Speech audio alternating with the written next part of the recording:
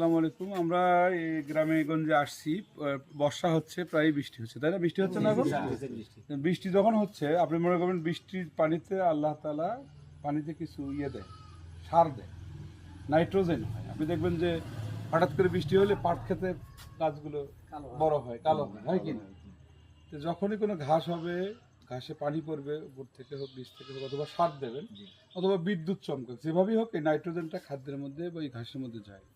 এই লকলকে কালো ঘাসগুলো যদি অধিক পরিমাণ গরুকে খাওয়ানো হয়, নাইট্রেট বিষক্রিয়া বা নাইট্রোজেন বিষক্রিয়া হতে পারে।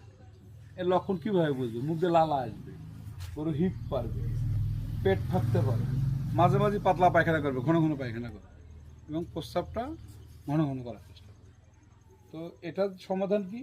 সমাধানটা হচ্ছে আপনি ঘাস আনবেন, একদম কি যেন বললেন আপনি, খুব ভালো লাগলো, যে ওই ঘাসের যে পচা অংশটা এটাকে ঝেড়ে ফেলতে হবে, আবার ছোট ছোট করে কাটতে হবে।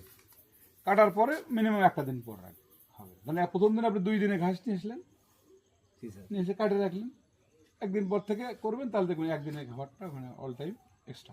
সার কাটে ভালো গরম হবে স্যার? না, গরম হবে না। আপনি যদি খড় সহ কাটেন তাহলে গরম হবে না, আপনার শুধু ঘাস কেটে রাখলে গরম হবে। আপনি ঘাস এবং খড় উভয়কে দিতে হবে, এই সময়ের মধ্যে দিয়ে কাটতে হবে, কেটে একসঙ্গে রাখবেন।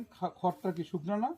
শুকনো তো অনেক ভেজাটা টেনশন আর গরম হবে না, এবং একটু উন্মুক্ত জায়গাতে রাখবেন, ফাঁকা জায়গায়, ঠিক আছে?